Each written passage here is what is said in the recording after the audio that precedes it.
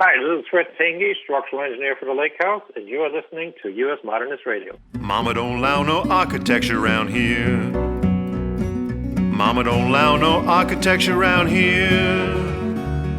Oh, I don't care what Mama don't allow, gonna draw mine modern anyhow. Mama don't allow no architecture around here. Welcome to U.S. Modernist Radio, where we talk and laugh with people who enjoy, own, create, dream about, preserve, love, and hate modernist architecture, the most exciting and controversial buildings in the world.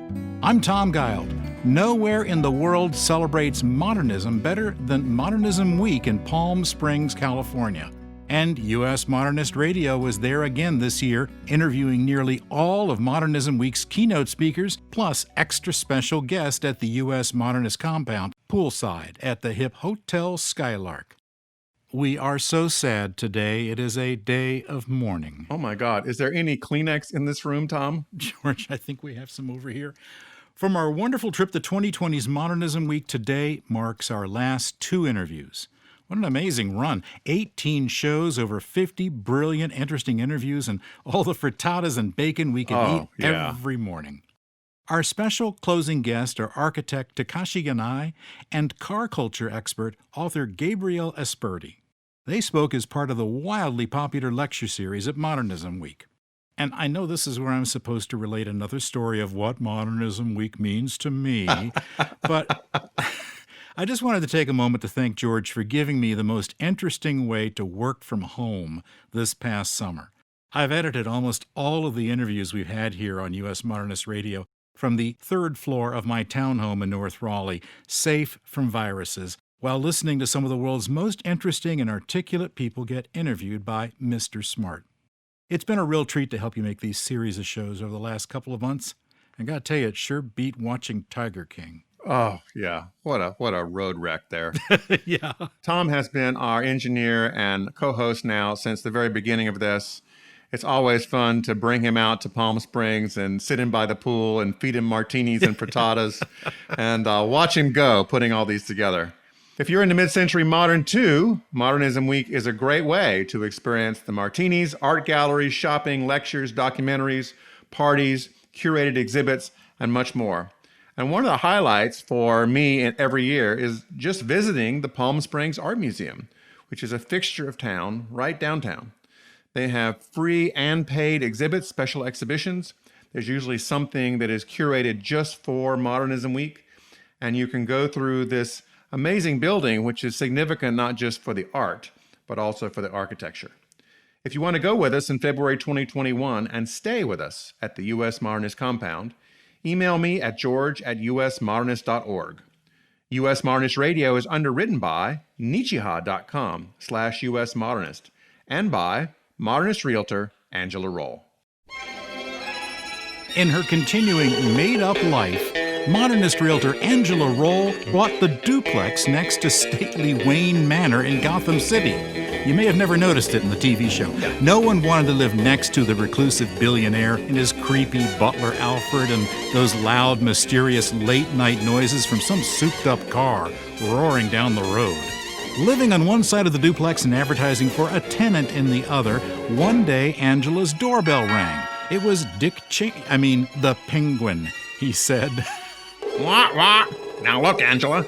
The guy in that stately manor and his creepy butler are my arch enemies, and I need a cheap place close by to build an exploding shark. When can I move in? Walk.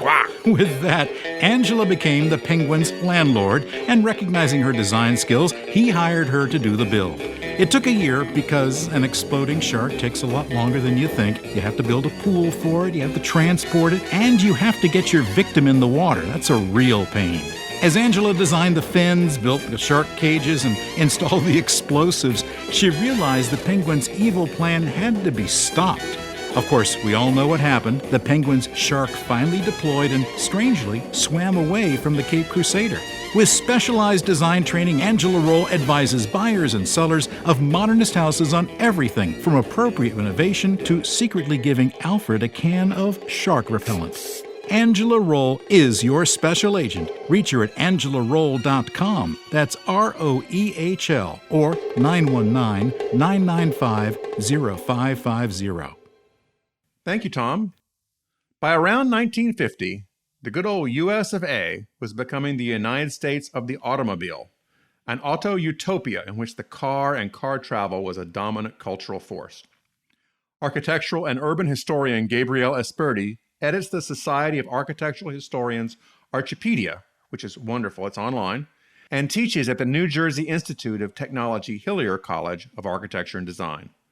Her latest book is American Utopia, helping readers discover US 1 and Route 66, Las Vegas and LA, Disneyland and the Southdale Center through heroic highways and drive-in monuments. Let's go now with my interview with Gabrielle in sunny Palm Springs. Hi, Gabrielle. How you doing? I'm fine. It's a beautiful day in Palm Springs. It seemed that way most of this week, and I'm glad you're here. Thank you. My pleasure. I understand that we share 2 out of the 3 following items: a wife, a dog, and a Mini Cooper. 3 critically important things in my personal and professional life. I do not have the dog, but I have the other 2. Is your wife a blonde or a redhead? She's blonde, Okay, yes. yeah. So's mine. What do you know? What are the odds of that? And a Mini Cooper? What's your Mini Cooper? It is a 4-door hardtop, bright orange. S? Oh. It is an S.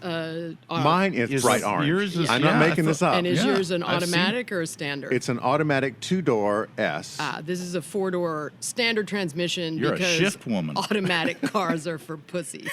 Okay. And she's on record. That's right. That's right. They're harder and harder to find Yeah, now. no, I know. In fact, Mini Cooper stopped making this year, I think, for the 2020 models. They weren't doing a standard transmission that was being imported. Really? Yeah. What they were doing on the back end? From I think it was just over they here? just weren't selling them here. Oh. The official reason is that supposedly automatic transmissions have become so fuel efficient, there's no point anymore. Except that, right, standard are fun. And I decided this is going to be, since our next car is going to be electric. Actually, I was hoping this car was going to be electric, but then our last Mini Cooper finally died after a decade. Yeah. Of- And you know, the new Mini I- Cooper is out and it gets like 24 miles on its battery. It's some horrible number. You'd think that being run by BMW, That they'd be there already. yeah. Right, and I guess electric cars don't have shifts. But, right, Yeah. right. They All just have right. buttons. Yeah, they have buttons. Yeah. But you're right. It's more fun. It is. That's, one last time. My girlfriend has a shift Subaru. Yeah. Well, and also I don't commute by car, so I can enjoy driving. Yeah, when you go out someplace. Yes. Yeah. So you're here talking about Utopia and the car culture and all of that for Modernism Week. I am indeed. My new book is called American Utopia, and it looks at the way that the automobile shaped architectural and urban discourse in the middle of the 20th century. And my cocktail party version of what the book is about is that it's an intellectual history of the roadside. So it's a history of ideas, looking specifically kind of through the lens of the forces that shape the built environment. Okay, so this is AUTO. The Yeah, automobile utopia. Okay. The United States of the automobile. And it's one of those things that I'm sure you well know, the evolution of the drive-in and motels and supermarkets, all of that in the past, say, 30 years has been really, really well documented. And we didn't need another book about that. Right. But I became really interested in tying all of these ideas together. Because when did architects start thinking about gas stations or not thinking about gas stations? And so all of these disparate little episodes ended up forming the kind of continuous narrative of the book. Another way of looking at it is we're all familiar with Robert Venturi and Denise Scott Brown going Right. to Las Vegas quite Sure. famously.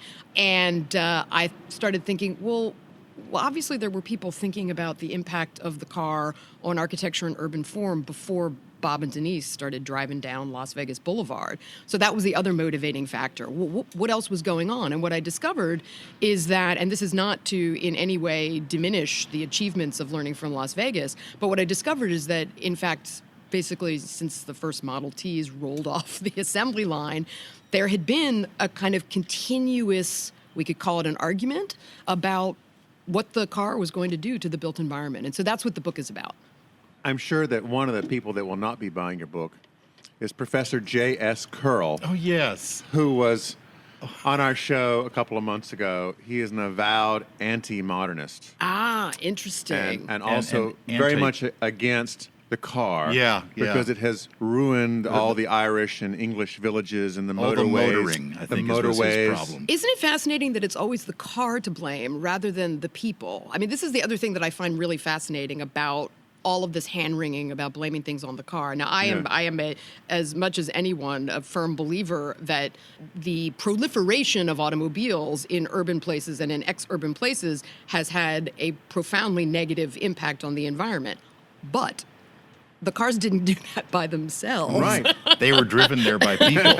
Right. And so I do think that it is important to frame the discussion in such a way that we understand that it's people making conscious choices about how we are going to live with or without the automobile. But don't you know, Gabrielle, we people don't want to take responsibility for any of our choices. Come on. It is very true. It is very, very true. Yeah, because it's a lot easier to blame it on the they, whoever the they are. Yeah. I mean, responsibility, please. Yes, like blame it on the big three. Blame it on General Motors. Yeah. Blame it on It's the the Eisenhower Illuminati that are Interstate. doing it all, right? Yeah.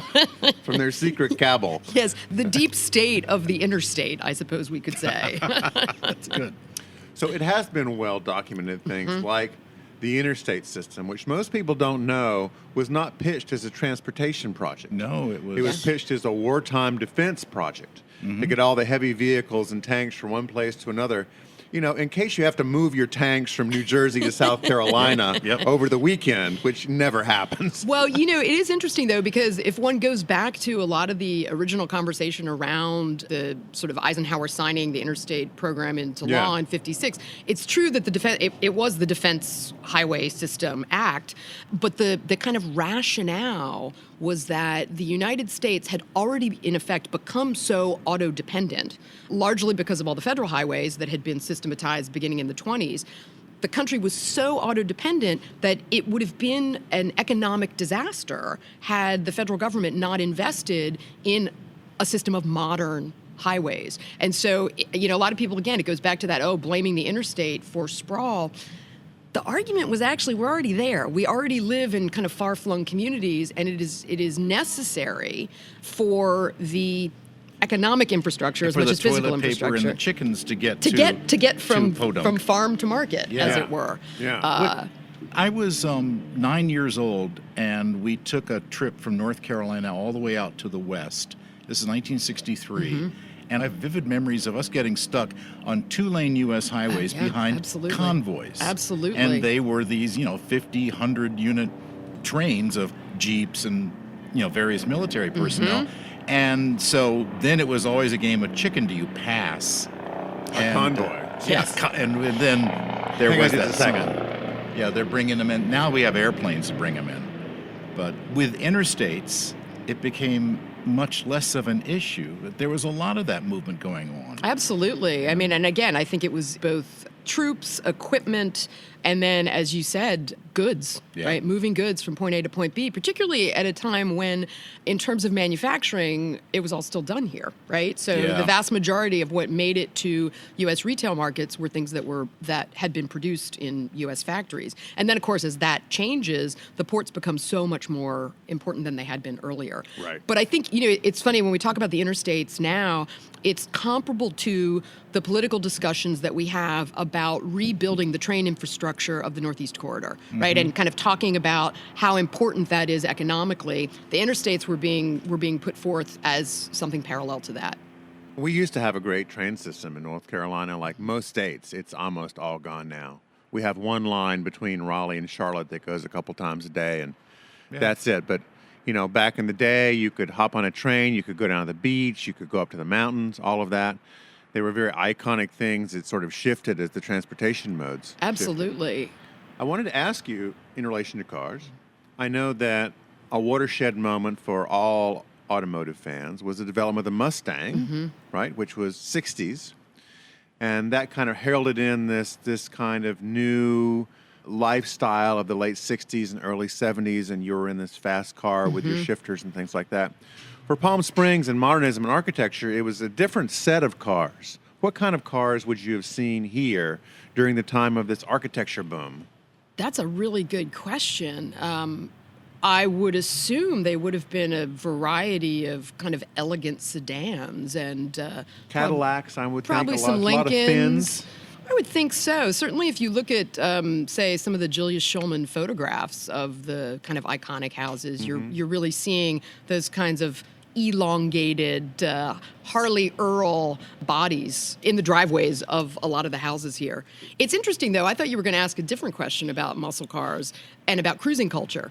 And I think one of the things that emerged by the late 60s, particularly in folks like J.B. Jackson, who was a sort of geographer who became interested in what he called odology, which is the sort of the study of highways and roads. One of the things that Jackson observed, and he uses muscle cars as a way of getting at this, is that we had failed to realize that driving a car and like cruising was the equivalent of going to a town green. So if in the 19th century, our way of understanding community was about going to the town plaza, that Jackson makes this argument that cruising was the equivalent, and that we had to respect, if you will, the driver as, in effect, an authentic urban figure.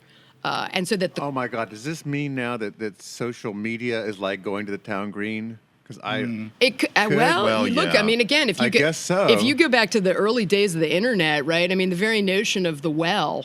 Right, the well was meant to be a kind of community platform, Like a bulletin board. Absolutely. Yeah. So it's not far-fetched at all. And one could argue, right, is transportation is always the critical thing that changes our shared values and our ideas of community. So absolutely, whether it's social media or any other kind of platform. But And cruising culture was born here in Southern California. Absolutely, because the weather was so damn good. That's true. all the time. Yeah, have the top down, find your friends. And if you go back and look at some of the 60s TV shows, as soon as the LA reservoir systems got built to handle the floods, of course, these are miles-long concrete runways, Yes, basically. right. So They were drag filming culture, yeah. people drag racing Yes. through the LA Yeah. reservoirs. I remember, on the old series Dragnet with Jack Webb, Yep. he was always chasing some errant hippies, in their cars as they were racing through the reservoirs to close their drug deals. And he with his crew cut, he could throw them into Yes. jail. And then, ask some person, just the facts, ma'am. That was his line. But that was, all part of this thing. Whenever there was a technological shift in LA, there was some sort of car thing. going Yeah, back into it. absolutely. Though, of course, it's critical to remember that Los Angeles, the kind of attenuated urbanism of Los Angeles, was actually predicated on the existence of the streetcars in the inner urbans. Yeah. Because that's what created the kind of networked infrastructure of the city now. And so when we think about the inevitability of the automobile and its connection to the growth of Los Angeles, we need to remember that it was built on this earlier model. Now, you are also involved with something called the SAH Archipedia. I am indeed. I am the founding editor of SAH Archipedia. So that's another thing we have in common. That's a fourth item because I founded U.S. Modernist. And so we have some overlap. I love your site and see it all the time. Thank you. And it debuted when? Well, our open access platform just debuted last year, which was a Yeah. complete redesign.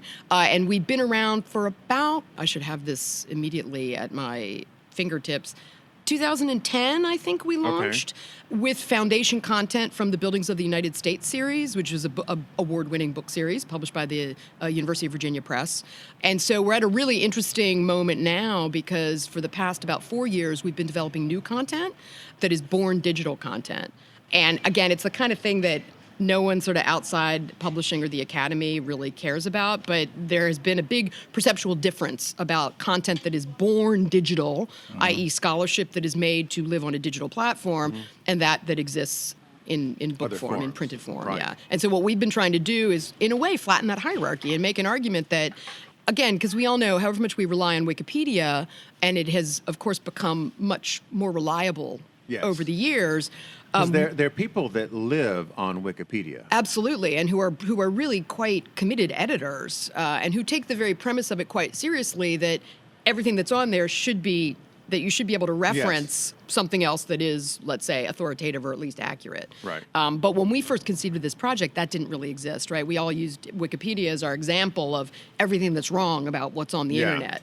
Nonetheless, I still think that even in this era, there is need for thoughtful, interpretive content on the history of the built environment, which is what SH Archipedia attempts He to really provide. does a good job at that. We're the Dragnet. We're just the facts ma'am on our site. And you bring the thoughtful, interpretive content to these buildings and Well, stories. thank you. I'm delighted to hear that. And of course, Like that's yin and yang. yeah. Wow. There you go. They work together. They do, yeah. Absolutely. Yeah. We have magic rings we can cross and form some kind of superhero that has a giant Mini Cooper And there you go. and two blondes by Right. the side. Yeah, I love that picture. Okay, George, you're not right.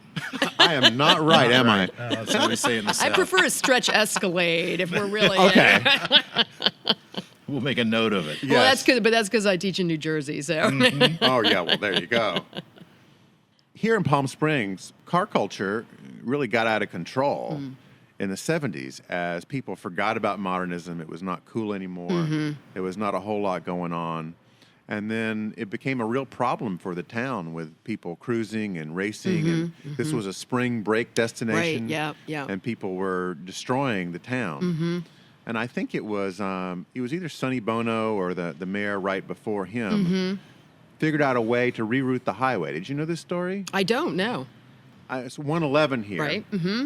And I think originally it was either a state or a federal highway.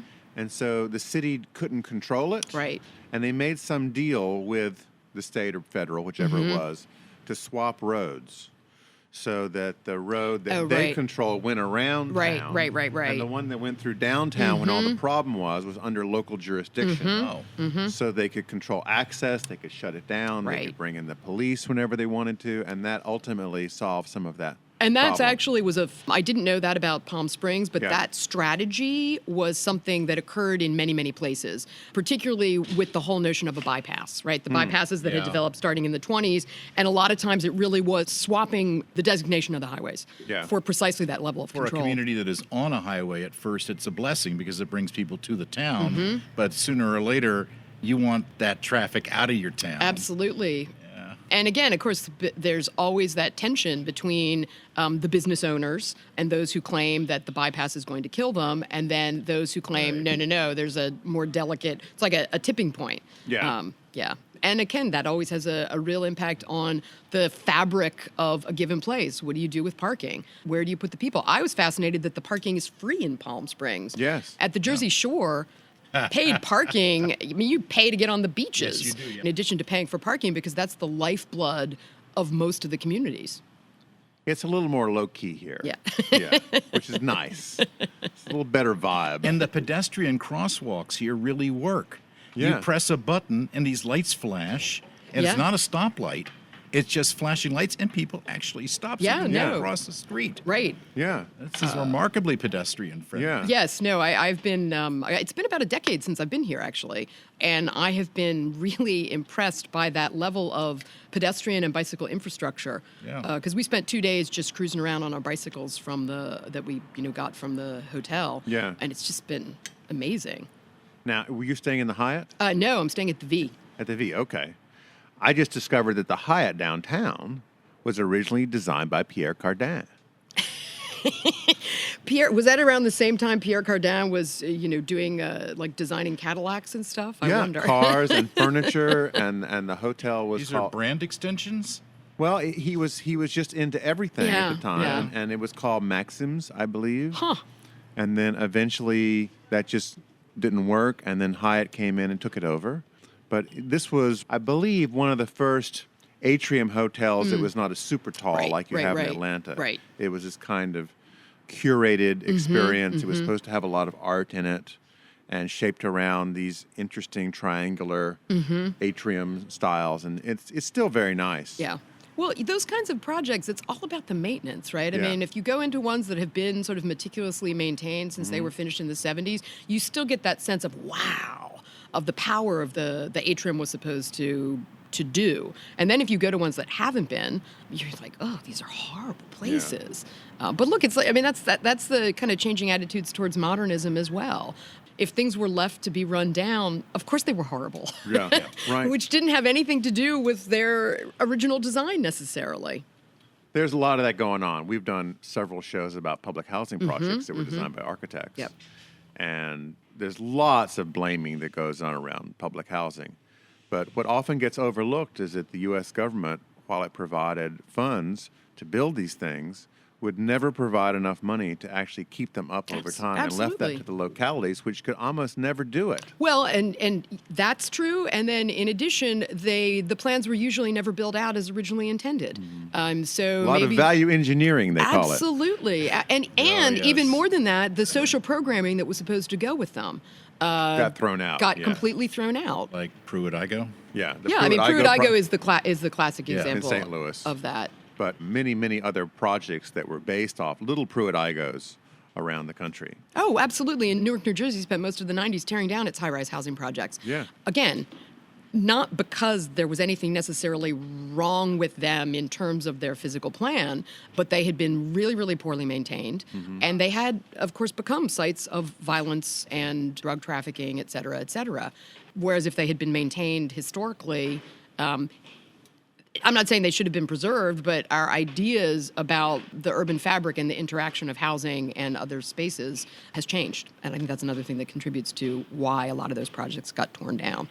So what's up next for the automotive field? I mean, what is car culture going to morph into next? Is it the self-driving thing? It's sort of interesting. I mean, as an architectural and urban historian, I always have to take the kind of long view. Yeah. And I think one of the things that I am fascinated by now is that we seem to be entering a continued moment of automobile utopia, because in terms of self-driving cars, in terms of ride sharing, it's as if we still think that the car can solve all of these problems. Yeah.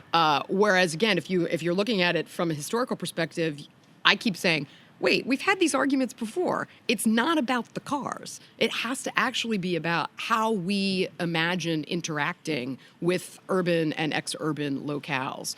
I think we're going to have a good 20 years of euphoria about the supposed value of autonomous vehicles and ride sharing. And then there will be the inevitable backlash. I mean, the inevitable backlash is already happening, because we know that ride sharing has in fact made many cities far more congested. So it's a really interesting moment. And I think that inevitably, well, I'll tell you, when I first started this book project, I had assumed that Utopia had ended. That was my premise, like back to the city, where, pedestrianization.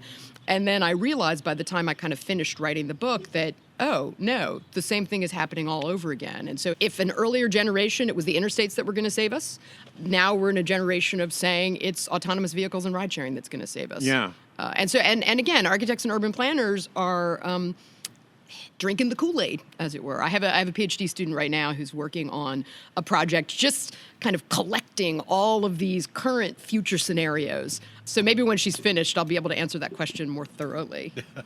Well, Gabrielle, it's delightful to have you here. Thank you. And I'm looking forward to putting together our Power Rings Absolutely. to form a giant... Absolute Power Rangers. Yeah, Power Rangers Wonder Unite. Twin Powers Unite. Yeah. Our two websites will do good for the world. Absolutely. Thanks so much. Oh, my pleasure. Thank you for the invitation. George Smart was talking with the author of American Utopia, Gabrielle Esperdy. And now a moment of reflection from Nietzsche.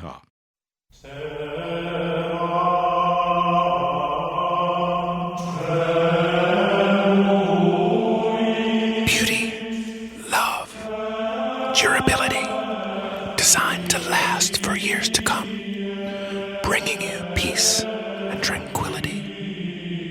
You feel relaxed, knowing your house can easily achieve any exterior look and any color. Wood, concrete. Your house loves feeling this good, and you love feeling this good. Nietzsche, Nietzsche, Nietzsche, Nietzsche. Say it with me. Nietzsche. Advanced engineering. Nietzsche, Nietzsche. Durability, textures, finishes, and colors. Visit Nietzsche.com/US Modernist. Nietzsche, Nietzsche, Nietzsche. That's N-I-E-tzsche.com. 'N-I-E-T-Z-C-H-E. C H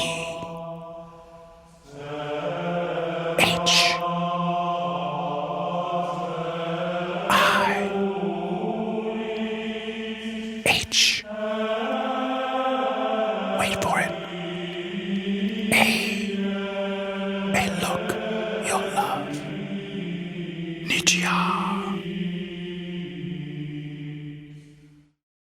Our closing guest for this year's Modernism Week series is Takashi Yanai, partner at Ehrlich Yanai Re Cheney Architects, leading the firm's San Francisco studio. Prior to this, he was a design journalist and editor at GA Houses in Tokyo.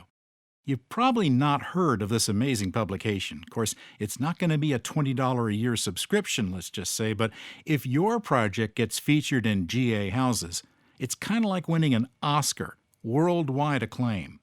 Today, Takashi's work continues the California modernist tradition, adding fascinating Japanese elements to brilliantly designed houses for which he is renowned.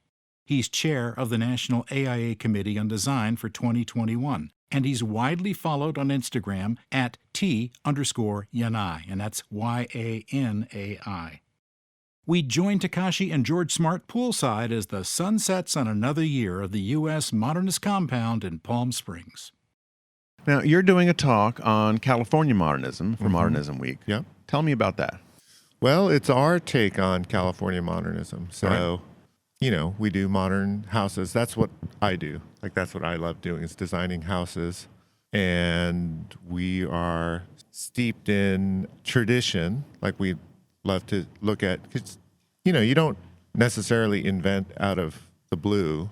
You kind of look at You look at precedent, borrow from things, get inspired, all of that. Yeah. And not only that, so somewhat like you, I was, before I was an architect, I was a journalist. Okay. Yeah. So I have maybe more than most architects, but I think most architects do have an appreciation of what came before. But I have like a deeper appreciation maybe than most. And so our talk is a little bit about our work, of course, but it's also about where it comes from. Okay. So we touch on, a little bit of mid-century modern, but also like deeper roots, like who were the early modernists looking at? So Who were the early modernists looking at? I think it depends on the modernist. Yeah. But Was it the German side or well, the like Frank? the German side may have been looking at, who knows, like North Africa or African art or villages or some sort of vernacular sort of inspiration they stumbled upon on their travels. The West Coast side, at least some of them, were looking to Japan, for instance. So that's some of what I bring to the table as like a design nerd. Like, if I take my architect hat off for a second, I just become a fan. Yes. I kind of look at like those conversations that maybe like Neutra or Frank Lloyd Wright or Schindler, maybe these are just conversations in their head we're having between like their architecture and Japanese architecture. And I would like to think that it's really there. And I think that it is. Like Frank Lloyd Wright was, bouncing back and forth between LA and Tokyo. Right. And he's coming back and he's got these young guys working for him, like Schindler's working for him. And he's telling Rudolf Schindler, like, oh my God, I saw this amazing thing in Japan, and describing it, maybe sketching it and drawing it, because architects back then could do that. Easily, yeah. Yeah. And then Schindler goes off on his own and designs the King's Road house for himself, and you go to it and it looks like a Japanese house. It does, doesn't it? It does, absolutely. That's one of the big surprises of going there. Yeah, they're sliding screens, and there's connection to beautiful manicured gardens, low ceilings, right? Flowing space.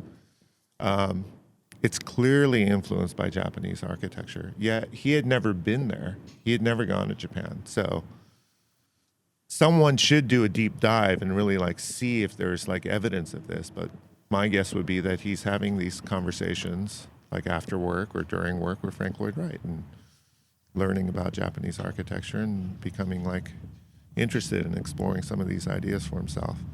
Well, your firm has been known for a long time of making some really astonishing houses. Thank you. Yeah, I mean, I'm a super fan of that. So I wanted to ask you, let's say that you have a client that wants to come in and talk about having a house designed and built. So what makes for a good client, besides budget, of course? What makes for a client that is really great to work with? Several things. One is a willingness to be frank and open and really let us know them. So, for instance, like to me, a house is, in a funny way, a portrait. Okay. Not in a funny way at all. It is a portrait. It is a portrait of client. the owners. Yeah. Yeah. And so I don't love working with some famous clients or very entitled clients have representatives. Yes. And so those are layers in between you and the client. And of course, that wouldn't preclude us from working with them, but it is a barrier. So we like to get to know the clients as well as we can. As people. Hang out, sit poolside, and have a coffee or have a drink and talk about things other than architecture for a moment, just so we get a sense of what makes them tick. What are their interests? What do they gravitate toward? It might not even be in the conversation. It might be that I see that while you're talking, you're always looking at the sky, or you're in love with plants. Like I notice that you're always looking at plants and admiring them. And they may not even be aware of it, but it gives us a little bit of a psychological profile, a little insight into what makes them tick. So that sense of willingness to spend time with us is really important. That's one of the number one ingredients.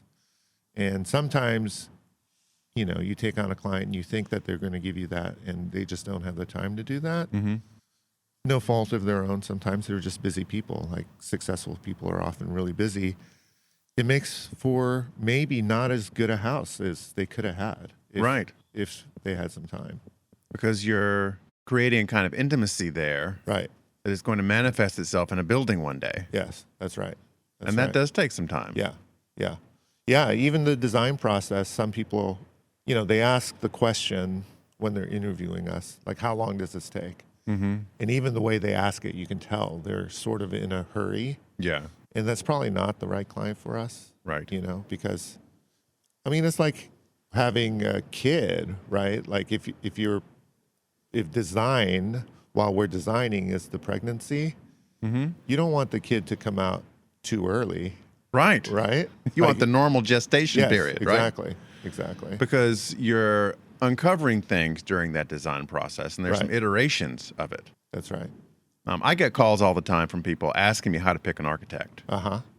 And what I tell them is that generally their real problem is how to pick a builder, because a lot of architects will do great jobs for them, but any number of builders will do a terrible job designing a modernist house. That might not be true out here in California where it's so prevalent. Right. But in North Carolina, it certainly is, and a lot of other areas. The builders this isn't in their wheelhouse. Right. Yes.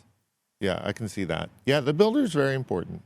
Do you find that you end up working with some of the same builders over and over? We do. Especially if it's in LA. So there maybe a handful, maybe 4 or 5 builders, and we're very aware of their capabilities and their styles. So, you mentioned budget before. There's the modest budget and there's the more exuberant budget, say. So we try to align the clients, with like the builder that's going to be good at building to their budget. And then B, it's again, a home is so personal. Yeah. A builder that I think, or we think they're going to get along with, because they're going to be working very closely with them for a couple of years, right? So you don't want a clash of personalities or people who don't respect each other, put in that situation. Right? Absolutely. Yeah. And working with a familiar group means that you're less likely to have arguments with each other. Yeah. Like they know what we expect, and, like not every detail may be in the drawings, but they kind of know. And you know what their capabilities are, too. Exactly. We know, hey, this is not up to what I know you are capable of, or, hey, let's try this for the new, there's a certain comfort level there. Yeah. So without being a formal design build firm, you're kind of being one in that sense. Definitely. Yeah. That must be great for the clients. It is. And, nothing against design build, but there's something to be said about being separate entities and being able to keep each other sort of accountable, right? Right. Yeah. So there's no conflict of interest really there. Now, other than your firm, of course, Mm-hmm. who are some of today's architects that really love their houses? That's a good question. Well, in LA, I think Johnson, Markley, Okay. I think they're really, they're sort of expanding beyond houses now. Like they're doing museums and, they're on like this launching pad right now. Okay. But their houses are really remarkable. In LA, especially in California, you do have this sort of mid-century modern legacy vocabulary that maybe is a little overused. Right. It's easy to fall back upon because it's a great language, right? Right. And if you're fluent in it, why not? But Like French. yeah.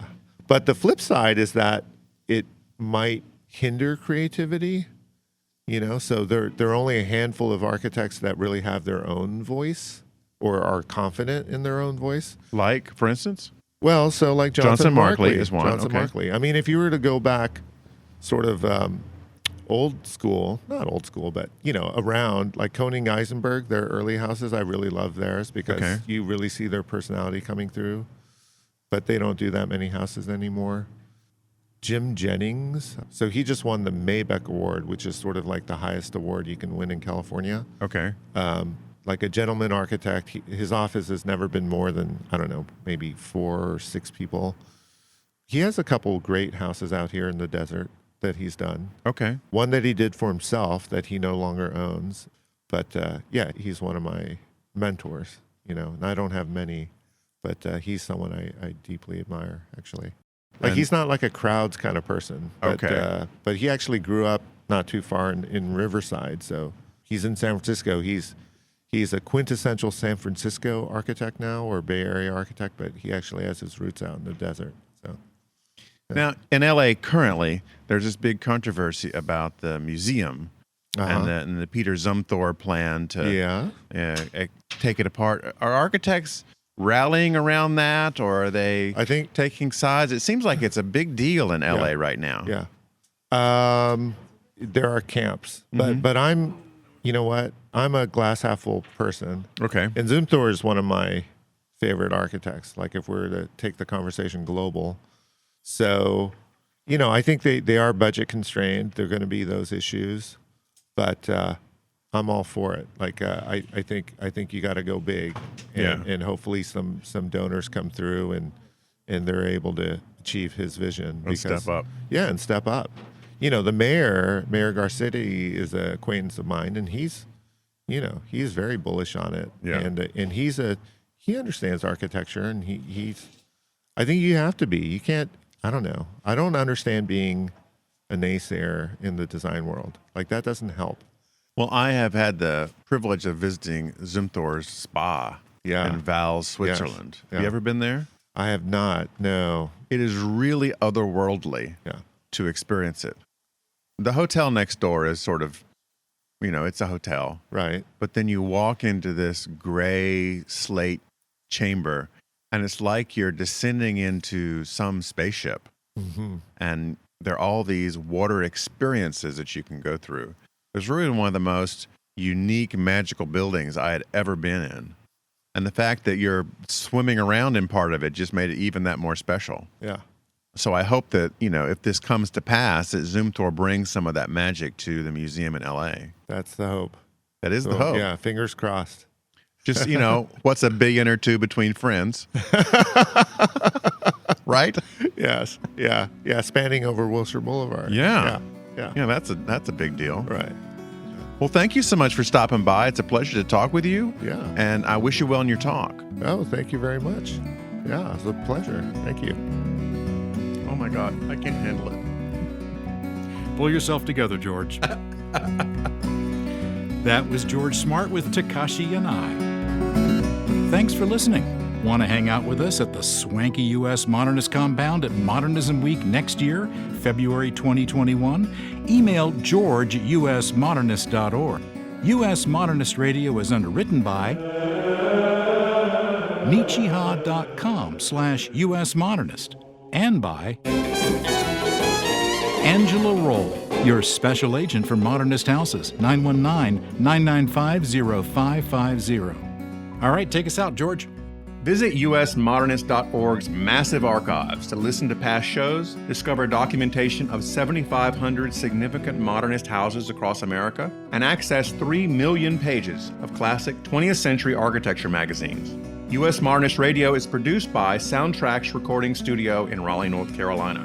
Our theme song was recorded by me and Robinson Earl. Carrie Cesarino researches guests while juggling 2 children, a bowling ball, and a flamethrower, while doing the lambada with husband Adam. U.S. Modernist Radio is a production of Modernist Archive, a nonprofit educational archive for the documentation, preservation, and promotion of modernist residential design.